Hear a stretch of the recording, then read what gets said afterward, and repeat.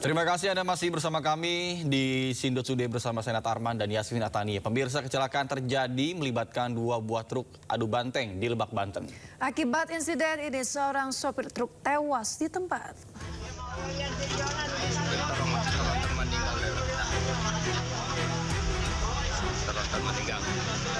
Kecelakaan tragis terjadi di Jalan Raya Nasional 3, Malingping Bayah, Cihara, Lebak, Banten hingga ringsek. Diketahui salah satu truk yang terlibat melaju dari arah Malingping menuju Bayah dengan tidak stabil. Truk beberapa kali oleng ke kiri dan ke kanan sebelum akhirnya masuk ke jalur berlawanan arah dan terjadi adu banteng. Salah satu sopir truk tewas di tempat akibat insiden ini, sementara sopir lainnya mengalami luka robek di bagian dagu serta lecet di jari tangan kanan dan lutut dan langsung mendapatkan penanganan medis. Kejadian ini terjadi diduga akibat salah satu sopir truk mengantuk hingga tidak dapat mengendalikan mobilnya. Akibat insiden tersebut, arus lalu lintas dari kedua arah sempat mengalami kemacetan. Petugas Satlantas Polres Lebak langsung mendatangi tempat kejadian perkara untuk mengurai kemacetan. Kasus ini pun masih dalam proses penyelidikan untuk mengetahui penyebab pastinya. Dari Lebak, Banten, Iskandar Nasution, A-News melaporkan.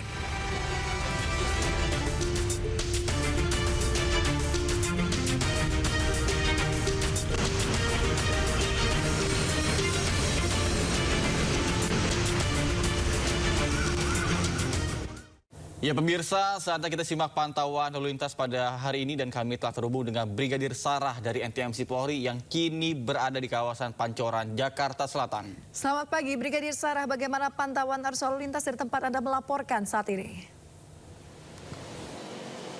Baik, terima kasih Yasmin dan juga Nata serta selamat pagi pemirsa. Untuk situasi arus lalu lintas saat ini saya melaporkan dari kawasan Pancoran memang sudah mengalami peningkatan volume kendaraan. Untuk kendaraan yang akan mengarah ke Semanggi pada pagi hari ini dari arah Pancoran yang akan mengarah ke Semanggi ataupun dari arah Pasar Minggu yang akan mengarah ke Semanggi sudah mengalami peningkatan dan terdapat perlambatan kecepatan untuk kendaraan yang akan mengarah ke Semanggi. Kondisi cuaca saat ini tidak turun hujan, namun hujan turun sejak subuh hari tadi. Antisipasi terhadap kawasan yang rawan akan banjir. Cek kembali kondisi jalanan yang akan Anda lalui. Silahkan menghindar dengan mencari jalur alternatif lainnya untuk kelancaran perjalanan Anda. Dan bagi Anda yang akan berkendara dengan roda 2, harap waspada dengan menjaga keseimbangan Anda dalam berkendara dengan menurunkan kecepatan kendaraan Anda. Antisipasi terhadap permukaan jalan yang licin, waspada terhadap jarak pandang yang menurun apabila hujan turun. Dan arus lalu lintas yang mengarah ke Kalibata ataupun Pasar Minggu juga Depok juga dalam keadaan kondusif ramai pada pagi hari ini. Saat Anda melintasi kawasan ini harap waspada dikarenakan banyaknya angkutan umum yang berhenti untuk menaik turunkan penumpang. Dan situasi arus lalu lintas yang akan menuju ke arah Saharjo pada pagi hari ini juga dalam keadaan ramai. Peningkatan volume kendaraan ini tentu akan terus terjadi hingga pukul 10 pagi hari nanti. Dan situasi arus lalu lintas dari arah Gatot Subroto yang akan mengarah ke Cawang ataupun Halim juga masih dalam keadaan kondusif, ramai, lancar. Jangan lakukan aktivitas lain yang dapat memecah konsentrasi Anda saat mengemudi untuk keamanan selama Anda berkendara.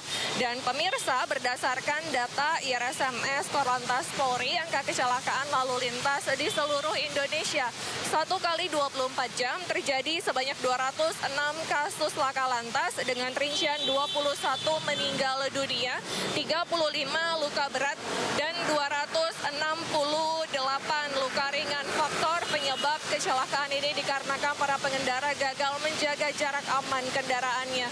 Untuk itu kami menghimbau bagi Anda fokus dalam berkendara, jangan melakukan aktivitas yang dapat memecah konsentrasi Anda saat mengemudi seperti bermain handphone, patuhi aturan dalam berlalu lintas dan jaga batas aman kecepatan kendaraan Anda untuk menghindari tabrakan beruntun. Untuk itu Anda dapat menghubungi informasi tentang kondisi arus lalu lintas di call center kami di 1500669 ataupun melalui SMS Center di 9119. Stop pelanggaran, stop kecelakaan, keselamatan untuk kemanusiaan, salam presisi. Kembali ke Nata dan Yasmin di studio. Baik, terima kasih Brigadir Sarah atas laporan Anda dari kawasan Pancoran, Jakarta Selatan. Selamat bertugas kembali dan salam presisi.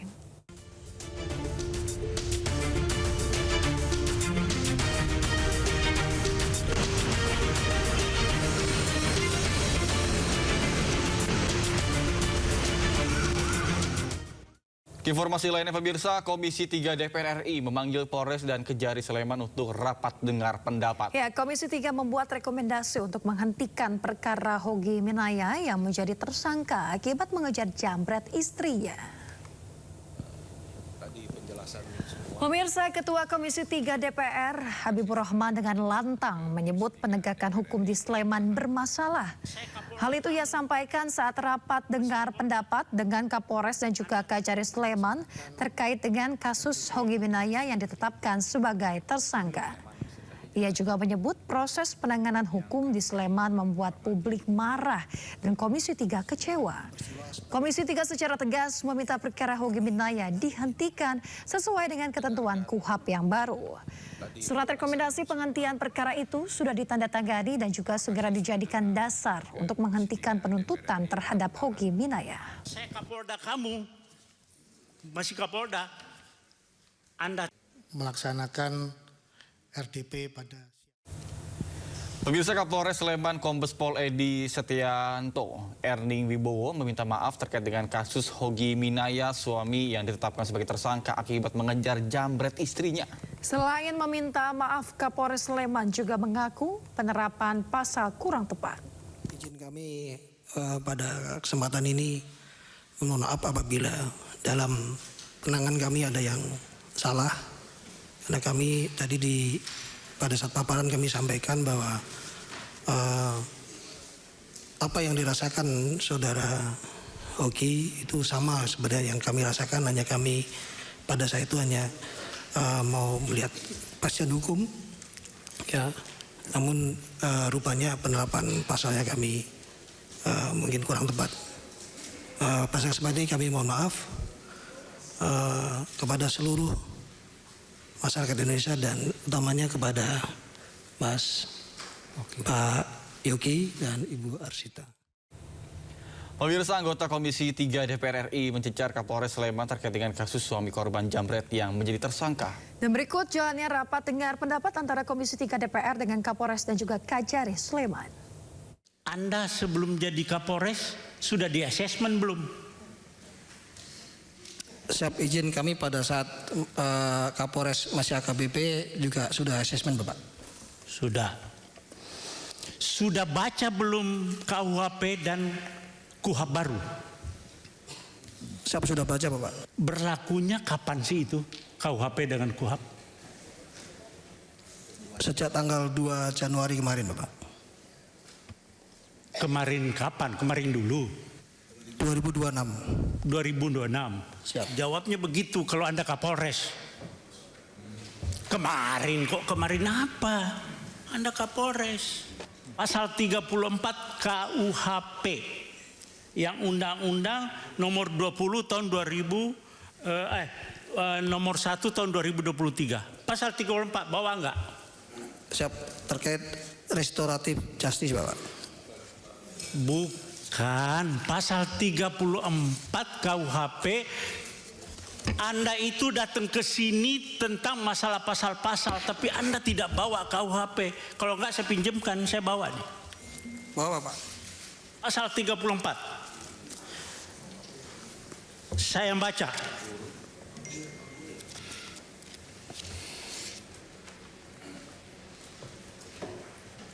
Kalau ya saya Kapolda, kamu masih Kapolda, Anda tidak bakalan sampai ke Komisi 3 dan saya sudah berhentikan Anda. Anda kok Kapolres sudah kombes seperti itu. Bagaimana polisi ke depan? Dan terhadap peristiwa tersebut tidak layak untuk dinyatakan sebagai peristiwa pidana. Karena itu tadi kami membuat kesimpulan meminta agar ya perkara ini dihentikan. Jadi bukan RJ ya, dihentikan berdasarkan pasal dalam KUHP baru pasal 65 ya yang mengatur huruf M ya yang mengatur kejaksaan, ini kan di penuntutan ya, kejaksaan bisa menghentikan perkara demi kepentingan hukum ya. Jadi saya pagi-pagi alhamdulillah sudah bisa berkomunikasi dengan abang saya Pak Jampidum, Bapak Asep, ya kan. Beliau juga setuju tadi pagi terhadap peristiwa ini untuk dihentikan penuntutannya, dihentikan perkara ini. Ya, jelas ya Pak Hogi tidak ada niat untuk membunuh dan lain sebagainya, hanya mengejar orang tersebut. Ya, secara administrasi surat tadi sudah kami tanda tangani, besok akan menjadi akan dikirim ke pihak terkait, ke kejaksaan ya, lalu ke Jaksa Agung, ke Pak Kapolri juga. Pada intinya kami akan melaksanakan kesimpulan yang sudah disepakati bersama dalam kesempatan rapat siang ini tadi. Dan untuk mekanismenya kami akan segera menunggu petunjuk pimpinan. Kami akan segera melaporkan ini, dan untuk mekanismenya nanti penghentiannya kita menunggu. Sementara itu, istri Hogi Minaya mengucapkan terima kasih karena telah mendapatkan keadilan. Ia juga berterima kasih kepada DPR RI dan seluruh rakyat Indonesia. Alhamdulillah saya ucapkan terima kasih kepada seluruh masyarakat Indonesia yang sudah memberi atensi kepada kami. Alhamdulillah saya dan suami mendapatkan keadilan seadil-adilnya. Suami saya pada hari ini mendapatkan keadilan, kebebasan yang dari pertama kami minta. Alhamdulillah matur nuwun untuk Bapak pimpinan DPR yang sudah benar-benar mengayomi kami, mendengar kami. Saya ucapkan terima kasih untuk seluruh lapisan masyarakat Indonesia. Matur nuwun, matur nuwun. Ya, pemirsa, Camat Medan Maimun, Kota Medan Al-Mukarrom Natapraja dicopot dari jabatannya. Ya, pencopotan dilakukan karena ia menggunakan kartu kredit pemerintah daerah untuk bermain judi online hingga 1,2 miliar rupiah.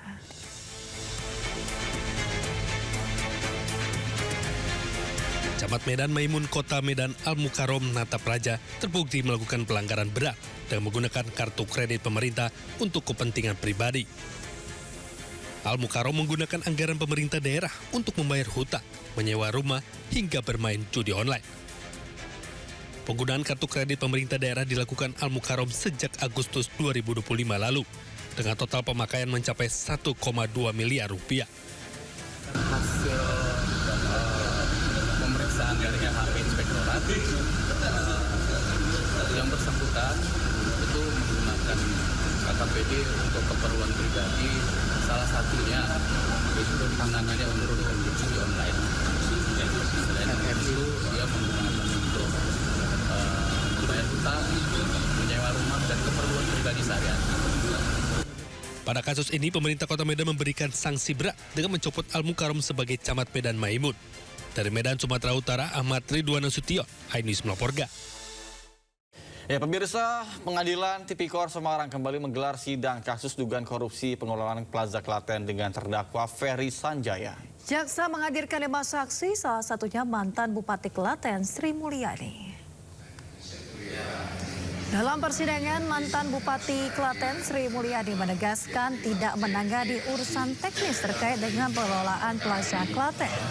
Ia menyebut perannya sebagai bupati hanya sebagai pemilik aset dan hanya memberikan disposisi kepada sekda.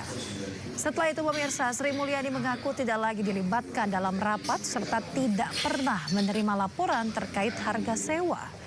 Sementara itu, kuasa hukum terdakwa menyebut Pemkab Klaten meraih opini wajar tanpa pengecualian dari BPK selama 7 kali berturut-turut. Hal tersebut menunjukkan tidak ada kerugian negara dan saat plaza dikelola kliennya, pemasukan daerah justru meningkat. Menjadi saksi di sidang tidak pidana korupsi. Apa yang disampaikan? Saya kan tadi sudah mendengar secara langsung. Berarti kalau nanti tidak ada kerugian negara seperti apa? Tadi sudah melihat ya. Terima kasih.